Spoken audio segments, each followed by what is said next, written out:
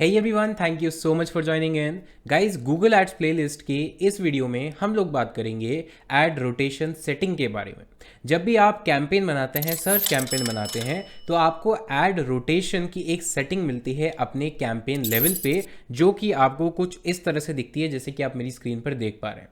तो यहाँ पर एड रोटेशन एक ऑप्शन है और इसके अंदर दो आपको यहाँ पर ऑप्शंस मिलते हैं, जिसमें फर्स्ट ऑप्शन है ऑप्टिमाइज और सेकंड है डू नॉट ऑप्टिमाइज, जिसमें से बाय डिफॉल्ट जो ऑप्टिमाइज है वो सेलेक्टेड रहता है। तो इसी के बारे में हम बात करने वाले हैं और समझने वाले हैं कि इनका मतलब क्या है, किस यूज के सिनारियो में आपको इसे यूज करना चाहिए और क्या ये आपके ओवरऑल एड्स की परफॉर्मेंस पर या कैंपेन की परफॉर्मेंस पर कोई इंपैक्ट डालने वाला है या फिर नहीं। तो बने रहिए वीडियो के साथ लास्ट तक, कोई भी पार्ट मिस बिल्कुल भी मत कीजिए और चैनल पर पहली बार आए हैं तो सब्सक्राइब कर लीजिए अभी के अभी, जिससे कि आपको फ्यूचर वीडियोस का नोटिफिकेशन सबसे पहले मिलता है। तो गाइस, जैसे कि आप मेरी स्क्रीन पर देख सकते हैं कि जब एड रोटेशन पर आप क्लिक करते हैं अपने कैंपेन मैनेजर के अंदर, वहां पर आपको दो ऑप्शन दिखाई देते हैं। फर्स्ट ऑप्शन है ऑप्टिमाइज, जो कि बाय डिफॉल्ट सेलेक्टेड रहता है, और सेकंड है डू नॉट ऑप्टिमाइज। तो इन दोनों का मतलब क्या है पहले समझ लेते हैं, लेकिन उससे पहले बात करते हैं एड रोटेशन का मतलब क्या है। जैसा कि नाम से पता चल रहा है, अगर आपने अपने कैंपेन के अंदर जो एड ग्रुप्स बनाए हैं, उन एड ग्रुप के अंदर अगर मल्टीपल एड कॉपीज आपने बनाई है, तो गूगल क्या करता है, गूगल की मशीन लर्निंग एल्गोरिथम क्या करती है कि वो बेस्ट रिजल्ट देने के लिए मल्टीपल एड्स को बार बार एक रोटेशन में दिखाती है। जैसे कि अगर मान लेते हैं आपके पास 3 ऐड कॉपीज हैं, ठीक है गाइस, इसको एक बार समझते हैं। यहाँ पर मैं एक स्क्रीन लेता हूँ जिसके अंदर मैं एग्जांपल लेता हूँ। तो यहाँ पर मान लेते हैं कि आपके पास 3 ऐड है। अभी सिर्फ हम ऐड रोटेशन को समझ रहे हैं कि कैसे काम करता है। मान लेते हैं कि आपके पास 3 ऐड है, जिसके अंदर A1 एक फर्स्ट ऐड कॉपी है, A2 दूसरी ऐड कॉपी है और A3 एक ऐड कॉपी है। ये तीनों ही जो है वो एक सिंगल ऐड ग्रुप के अंदर हैं, जो है AD। ठीक है गाइस, अब जब आप कैंपेन स्टार्ट करते हैं तो गूगल की मशीन लर्निंग एल्गोरिथम क्या करती है कि ये इसको भी दिखाएगी यूजर को, इसको भी दिखाएगी और इसको भी दिखाएगी। आपके कीवर्ड के बेस पर ये तीनों ही एड्स को चांस देगी। यानी इस ऐड को भी मौका मिलेगा, इस ऐड को भी मौका मिलेगा और इस ऐड को भी मौका मिलेगा यूजर के सामने देखने का, और ये ऑटोमेटिकली तीनों ऐड कॉपीज को रोटेट करेगी बार बार यूजर के सामने, और ये डिसाइड करेगी और ये मॉनिटर करेगी कि कौन सी ऐड कॉपी बेस्ट परफॉर्म कर रही है, कितने रिलेवेंट क्लिक्स मिल रहे हैं, कितने इंप्रेशन मिल रहे हैं। ओवरऑल उस ऐड कॉपी की परफॉर्मेंस को मॉनिटर करेगी। यानी अगर मान लीजिए इस ऐड को दिखाया, इसको 30 इंप्रेशंस मिले और यहाँ पर 10 क्लिक्स मिले फॉर एग्जाम्पल, तो ये गूगल की एल्गोरिथम जो है वो नोट करती जाएगी, मॉनिटर करती जाएगी। सेम एग्जाम्पल यहाँ पर अगर इसको मान लीजिए 50 इंप्रेशंस मिले और इसको 5 क्लिक्स मिले, ठीक है गाइज, 5 क्लिक्स मिले, और इसको मान लेते हैं कि 100 इंप्रेशंस मिले लेकिन जो क्लिक्स हैं वो 50 मिले। तो ये डेटा जो है वो एनालिसिस करती है गूगल के एल्गोरिथम। इससे फायदा क्या होता है कि ये डिसाइड कर पाती है कि कौन सा ऐड अच्छा परफॉर्म कर रहा है और कौन सा ऐड अच्छा परफॉर्म नहीं कर रहा है, प्लस आपके भी एनालिसिस के लिए बहुत इंपॉर्टेंट है। तो ये तो हुआ एड रोटेशन, कि वो एड्स को रोटेट करती है एल्गोरिथम खुद से। लेकिन अब यहां पर जब एड्स को रोटेट करती है तो उसके अंदर आपको कौन से ऑप्शन मिलते हैं, आपके पास भी तो थोड़ा कंट्रोल होना चाहिए ना। तो फर्स्ट ऑप्शन जो आपको मिलता है वो मिलता है ऑप्टिमाइज करने का।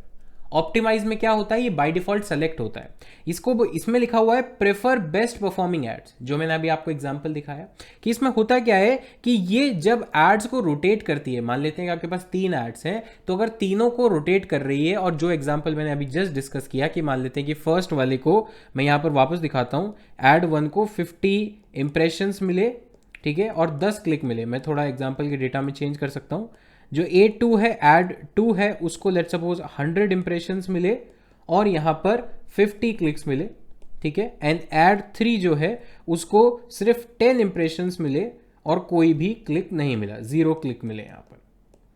तो अब हुआ क्या, तीनों का परफॉर्मेंस आप देख सकते हैं।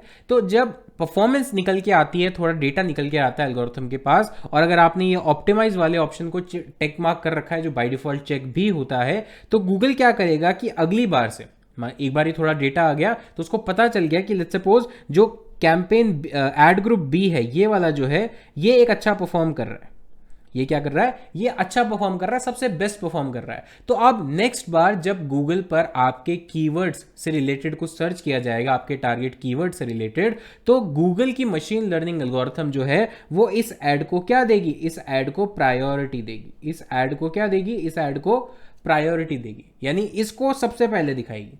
क्यों? क्योंकि ऑलरेडी प्रीवियस डेटा के बेस पर गूगल ने ये जज किया, मशीन लर्निंग एल्गोरिथम ने ये जज किया कि ये जो ऐड है वो ज़्यादा रिलेवेंट है, ज़्यादा लोगों को पसंद आ रहा है और ज़्यादा इस पर क्लिक्स मिल रहे हैं। तो ये डेटा काम आता है ऑप्टिमाइज करने में। तो अगर आप बाय डिफॉल्ट जो फर्स्ट ऑप्शन है कि गूगल ही डिसाइड करेगा, गूगल की मशीन लर्निंग एल्गोरिथम डिसाइड करेगी कि कौन सा बेस्ट परफॉर्मिंग ऐड है और बार बार उसी को पुश करेगी।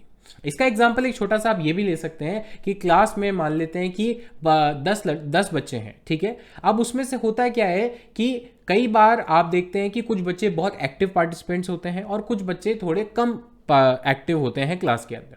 तो जब भी ऐसा कुछ होता है कि कॉलेज स्कूल में कोई इवेंट हो रहा है या कॉलेज में कोई इवेंट हो रहा है, तो जो एक्टिव बच्चे हैं उनको प्रेफरेंस दी जाती है।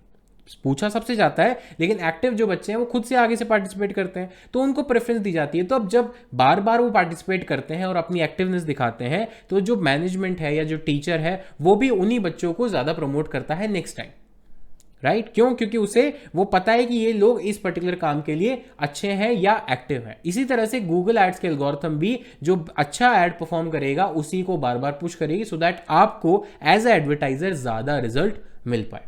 लेकिन यहां पर सारा कंट्रोल जो है वो गूगल के पास होगा। आप ये मैनुअली डिसाइड नहीं कर सकते कि कौन सा ऐड कितनी बार दिखेगा। अब इसमें होगा क्या कि जब बेस्ट परफॉर्मिंग जो ऐड है, ये वाला जो ऐड है, ये वाला जो ऐड है A2, ये बार बार दिखेगा, तो A1 यहां पर जो A1 है और A3 है, इनको कम चांस मिलेगा। कम चांस मिलेगा तो कम इंप्रेशंस होंगे, कम इंप्रेशंस होंगे तो क्लिक करने के चांसेस भी कम होंगे। तो यानी आपको A2 पे ज़्यादा डेटा मिलेगा एज कंपेयर टू A1 और A3। तो ये चीज़ गूगल ऑटोमेटिकली करता है। तो ये तो हुआ फर्स्ट ऑप्शन। सेकंड ऑप्शन की बात करते हैं कि सेकंड ऑप्शन क्या मिलता है आपको इसके अंदर। आपको सेकंड ऑप्शन मिलता है do not optimise. Second option मिलता है आपको do not optimise. First option था ऑप्टिमाइज कि जो बेस्ट परफॉर्म कर रहा है उसी को दिखाओ, ये ऑप्टिमाइज हुआ। डू नॉट ऑप्टिमाइज इसका मतलब नहीं नहीं नहीं, ऐसा मत करो। सारे एड कॉपी जितने भी A1, A2, A3 हैं सबको इक्वल चांस दो। ये फर्क नहीं पड़ता इस ऑप्शन में कि कौन अच्छा परफॉर्म कर रहा है, कौन अच्छा परफॉर्म नहीं कर रहा है, सबको इक्वल चांस मिलेगा। यानी अगर A1 ने फॉर एग्जांपल 100 क्लिक्स 100 इंप्रेशंस और 10 क्लिक लाए हैं, A2 ने मान लेते हैं कि 50 इंप्रेशंस, ठीक है। एक डेटा बता रहा हूं कि अगर कुछ डेटा ऐसा आता है प्रीवियसली कि 2 क्लिक आए हैं, और A3 ने मान लेते हैं कि एक पर्टिकुलर दिन में 10 इंप्रेशंस और 1 क्लिक आया फॉर एग्जाम्पल। अब अगर देखा जाए तो यहाँ पर टॉप परफॉर्मिंग जो है वो A1 है, लेकिन ऐसा नहीं होगा अगर आपने ये ऑप्शन चूज कर लिया। गूगल क्या करेगा, इन तीनों को इक्वली दिखाएगा, इक्वल टाइम दिखाएगा। जैसे मान लो फर्स्ट टाइम A1 को दिखा दिया, ठीक है, सेकंड टाइम A2 को दिखा दिया, थर्ड टाइम A3 को दिखा दिया, फिर वापस A1 को दिखा दिया, A2 को दिखा दिया, A3 को दिखा दिया। तो ये जो डेटा आपको दिख रहा है, ये डेटा जो दिख रहा है ये आपको हमेशा इवन दिखेगा। ये डेटा क्या दिखेगा? इवन, मतलब इक्वल दिखेगा। इसका मतलब क्या है कि आपको A1, A2 और A3 इनमें सेम डेटा देखने को मिलेगा over the period of time. कि मान लो यहाँ पर भी 100 इंप्रेशंस थे, 10 क्लिक थे, यहाँ पर भी 100 इंप्रेशंस थे, यहाँ पर क्लिक्स कुछ और हो सकते हैं, यहाँ पर भी 100 इंप्रेशंस थे। तो इंप्रेशन का मतलब है कितनी बार चांस दिया, तो चांस सबको इक्वल मिलेगा। लेकिन ये जो डेटा है क्लिक वाला, ये वेरी कर सकता है, ये वेरी कर सकता है। इंप्रेशन सबको सेम मिलेगा, चांस मिलेगा, लेकिन अगर मान लो जो A1 है, एड कॉपी 1 है, वो इतनी ज़्यादा रिलेवेंट नहीं है, इतनी ज़्यादा आई कैची नहीं है, ठीक है, उतना ज़्यादा यूजर्स को इंगेज नहीं कर पा रही है, तो होगा क्या कि इसका जो रेलेवेंसी स्कोर है, मैं बताऊंगा आने वाली वीडियोस में, इसका जो रेलेवेंसी स्कोर है ओवरऑल वो कम हो जाएगा।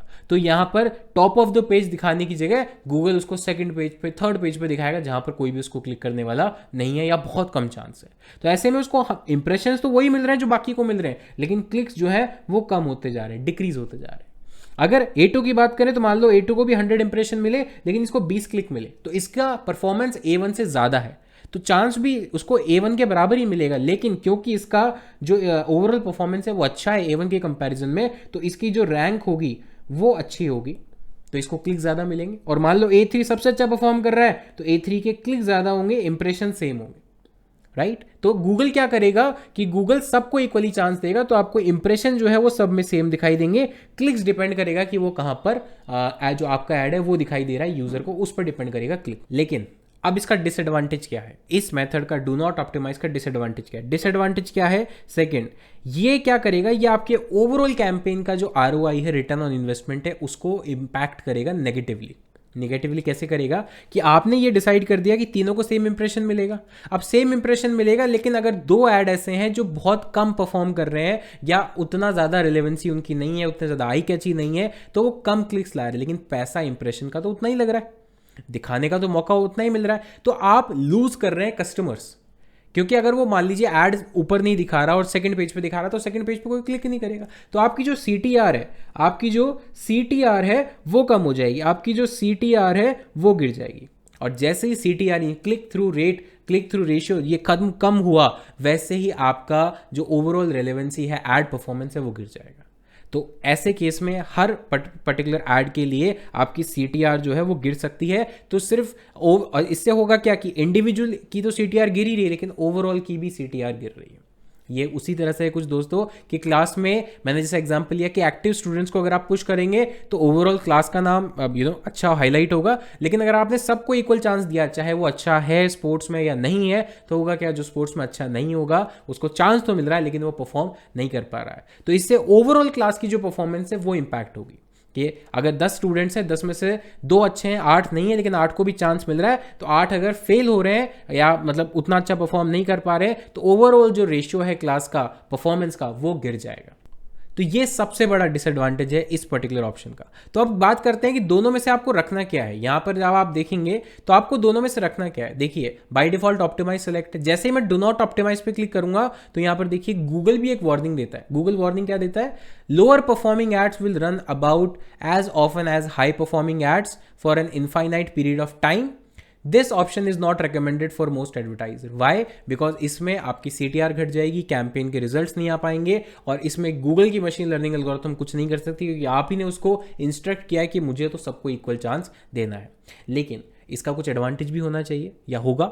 यस, एक एडवांटेज है कि अगर आपको ये टेस्ट करना है, अगर आपको ये टेस्ट करना है मैनुअली कि कौन सी एड कॉपी कैसा परफॉर्म कर रही है इक्वल चांस देते हुए, तो आप अल्फा बीटा टेस्टिंग के लिए इनिशियली कुछ दिन, 7 दिन, 10 दिन, 15 दिन एक बजट के साथ इसको टेस्ट कर सकते हैं, एंड देन फिर आप ऑप्टिमाइज पे जा सकते हैं, या फिर डायरेक्टली जो नॉन परफॉर्मिंग एड कॉपीज हैं उनको डिलीट भी कर सकते हैं। तो ये सिर्फ टेस्टिंग के पर्पज से अच्छा है, अदरवाइज मैं खुद भी ज़्यादातर टाइम जो यूज़ करता हूँ वो ऑप्टिमाइज वाला ही यूज़ करता हूँ। तो ये था एड रोटेशन के बारे में एक कंप्लीट वीडियो। उम्मीद करता हूँ आपको समझ में आया होगा। अगर वीडियो समझ में आई है और ये पूरा कोर्स हेल्पफुल लग रहा है तो वीडियो को लाइक किए बिना मत जाना। चैनल पर पहली बार आए तो सब्सक्राइब कर लेना और बेल आइकन को दबा देना, सो दैट इसी तरह की यूजफुल वीडियो इस प्लेलिस्ट की और बाकी प्लेलिस्ट की भी आपको मिलती रहे। और इस चैनल को दबा के शेयर करो अपने सारे दोस्तों के साथ जो भी फ्री में डिजिटल मार्केटिंग या फिर इन डिमांड स्किल्स को सीखना चाहता है। मिलता हूँ आपसे नेक्स्ट वीडियो में, तब तक के लिए take care, thank you so much, have a nice day.